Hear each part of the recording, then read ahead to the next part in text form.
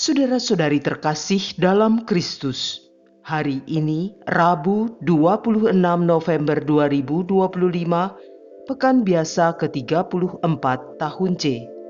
Bacaan dibawakan oleh Teresia Siska Chandra, Mazmur dilantunkan oleh Josephine Joyce, dan renungan ditulis oleh Stefanus Joko Triantoro.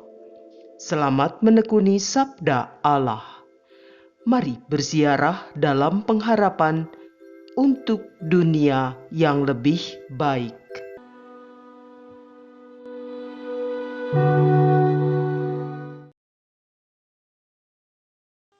Dalam nama Bapa dan Putra dan Roh Kudus. Amin. Allah Bapa yang Maha Kasih, Putramu Yesus Kristus telah menjadi sabdamu yang hidup. Sabda yang menjadi pedoman keselamatan dan hidup kami. Terima kasih Bapa atas segala rahmat yang sudah Kau curahkan kepada kami, sehingga kami dapat mendengar dan melaksanakan sabdamu pada hari ini. Berkatilah kami, sehingga sabdamu dapat menjadi jiwa bagi pikiran, perkataan, dan perbuatan kami. Amin. Bacaan dari Nubuat Daniel 5 ayat 1 sampai dengan 6, ayat 13 dan 14, lalu ayat 16 dan 17, dilanjutkan ayat 23 sampai dengan 28. Sekali peristiwa, Raja Belsyazar mengadakan perjamuan besar untuk para pembesarnya, 1.000 orang jumlahnya. Di hadapan 1.000 orang itu, Raja minum-minum anggur.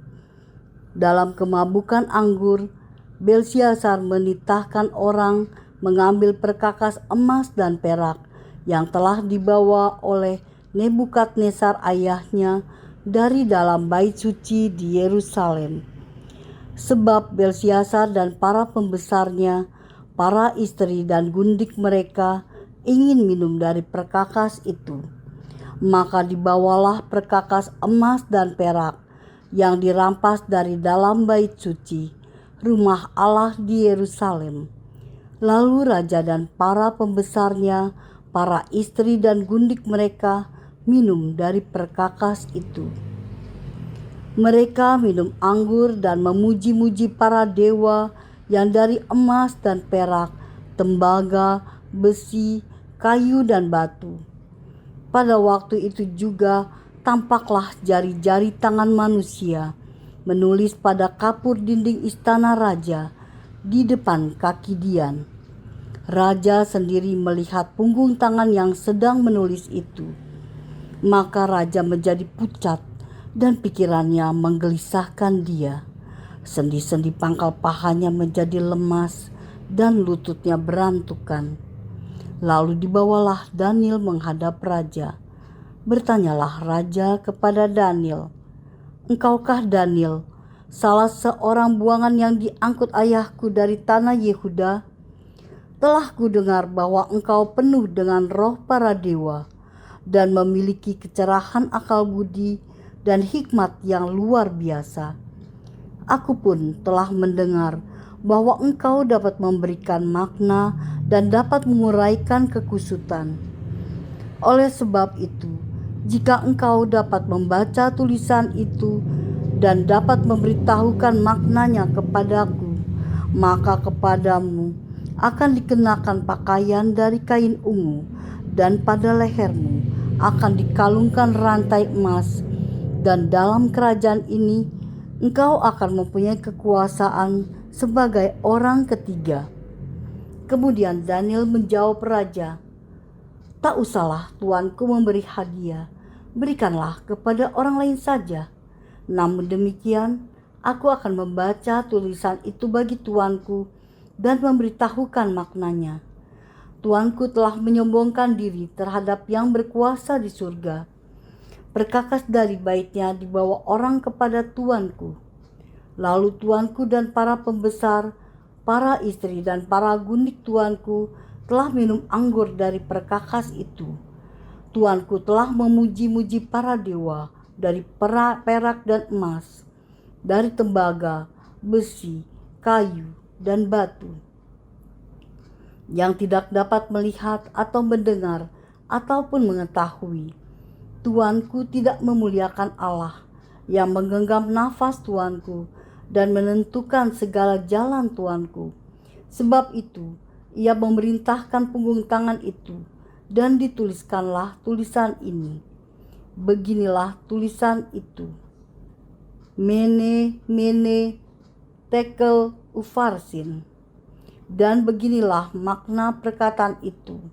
Mene artinya masa pemerintahan Tuanku dihitung oleh Allah dan telah diakhiri. Tekel artinya Tuanku telah ditimbang dengan neraca dan didapati terlalu ringan.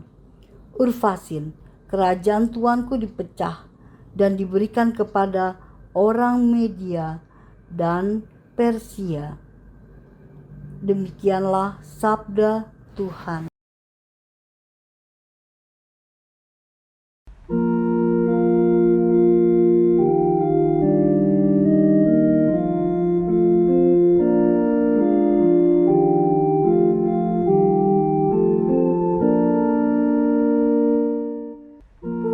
Pujilah dan luhurkanlah Dia selama-lamanya.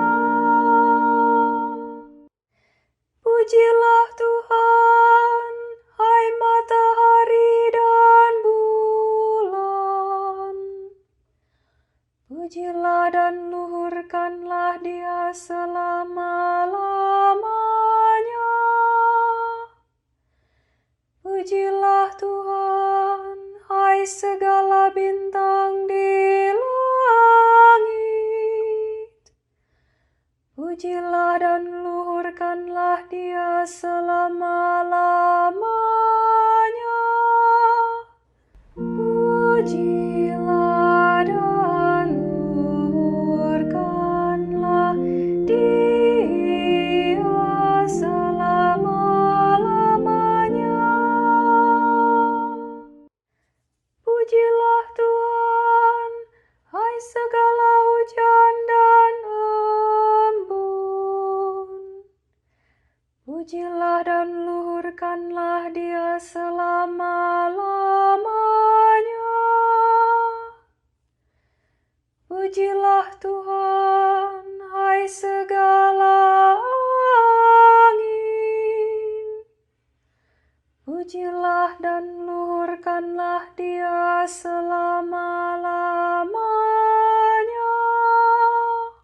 Pujilah dan luhurkanlah Dia selama-lamanya. Pujilah Tuhan, hai api dan panas terik.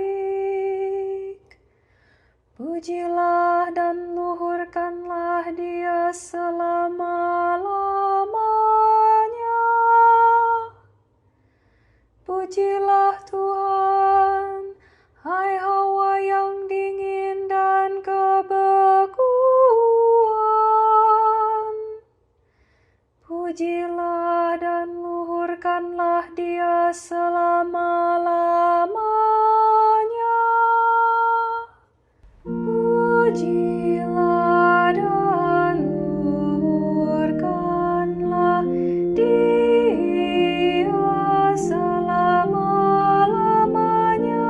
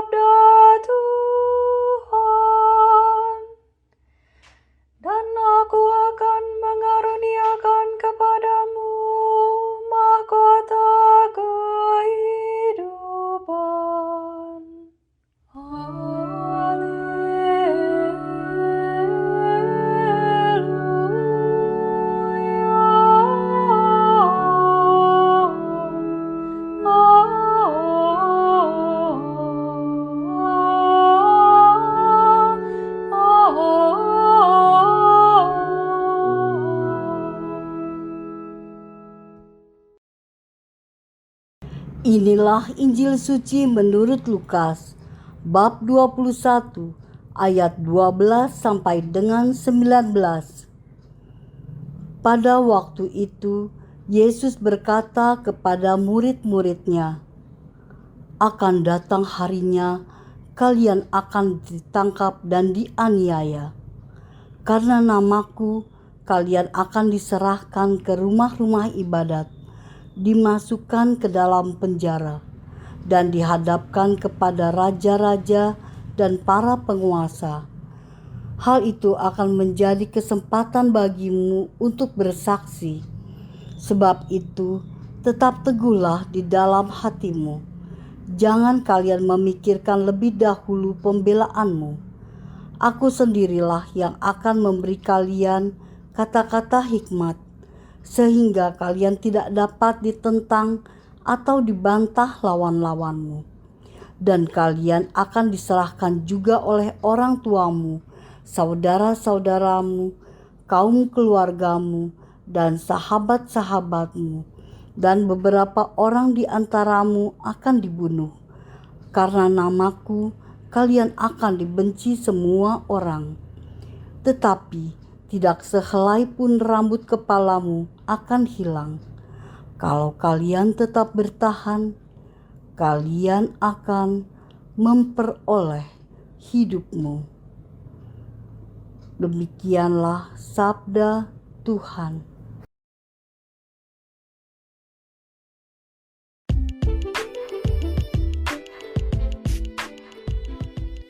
Setialah pada Yesus, hidupmu ada padanya. Renungan dibawakan oleh Maria Clara.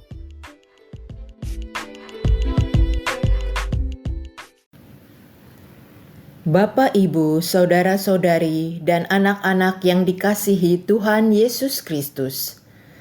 Sebagai seorang Kristiani, pengikut Kristus, sering kita menghadapi persoalan di tengah masyarakat kita yang mayoritas beragama lain. Mereka yang menunjukkan diri sebagai seorang Kristiani dengan cara tertentu diabaikan hingga diperlakukan diskriminatif. Bahkan untuk berbuat baik kepada orang lain pun akan segera dicurigai dengan tujuan kristenisasi. Dari berita-berita yang beredar belakangan ini, kita dapat melihat realitas kehidupan kita sebagai pengikut Kristus yang mengalami banyak tantangan di tanah air kita sendiri. Bagaimana susahnya izin mendirikan gereja, seringkali tidak bebas untuk beribadat, bahkan ketika ingin bersama-sama berdoa rosario, masih sering dihantui kekhawatiran. Ketika berkumpul untuk beribadat di rumah-rumah, tindakan kita itu dianggap melanggar ketertiban dan mengganggu ketentraman masyarakat sekitar.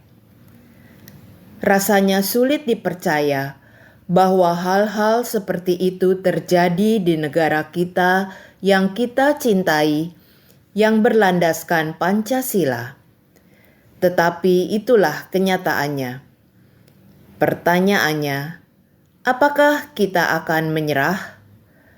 Apakah kita sebaiknya meninggalkan iman kita karena berhadapan dengan tantangan yang seperti itu? Hambatan, gangguan, dan ancaman dari luar diri kita mungkin lebih mudah kita hadapi. Tetapi bagaimana dengan hambatan, gangguan, dan ancaman yang muncul dari dalam diri kita sendiri?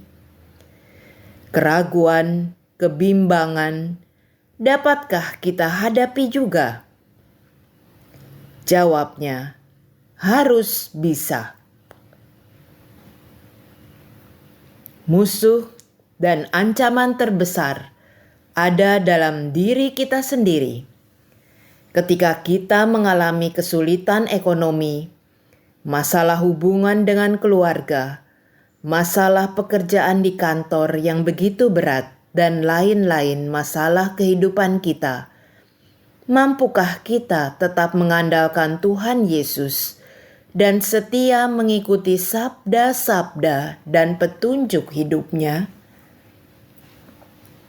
Kadang ada orang yang ketika mengalami masalah-masalah tersebut di atas, kemudian dia berpaling kepada Tuhan yang lain. Begitu pula ketika kita mengalami kesuksesan, keberlimpahan harta, kekuasaan, dan lain-lain, kita juga sering lupa akan Tuhan Yesus yang selalu menopang semua kesuksesan yang kita capai selama ini. Semua tidak akan terjadi tanpa campur tangan Tuhan Yesus.